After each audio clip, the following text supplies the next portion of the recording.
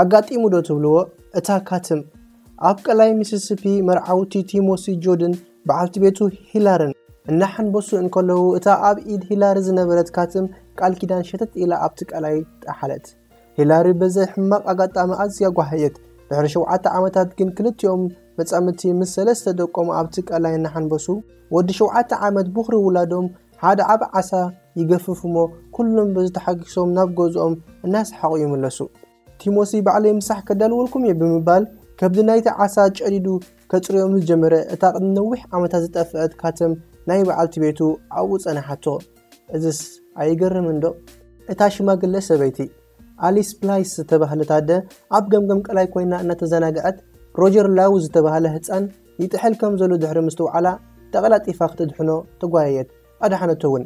ድሕሪ 20 ዓመታት ናይ ዝፍጻመ ሮጀር ጎቢዙ ኣብቲ ቀላይ እናሓንበሰ እንከሎ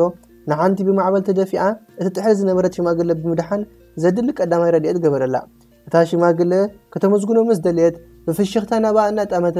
ነታ ቅድሚ 20 ዓመታት ኣብዚ ቦታ ህይወተይ ዘድሓነት ኣሊስ ኣመስግኒ ነቲ ኣጋጣሚ ክዝክሮ ኢለ እየ ናብዚ ቦታ መጽአ ዘለኹ በላ እታ ሽማግለ ሰበይቲ ሰንብድ ኢላ ሮጀር ዲኻ በለቶ ሮጀር ዘድሓና ሽማግለ ሰበይቲ እታ ቅድሚ 20 ዓመታት ዘድሓነቶ እያ ነይራ ጽቡቕ ግበር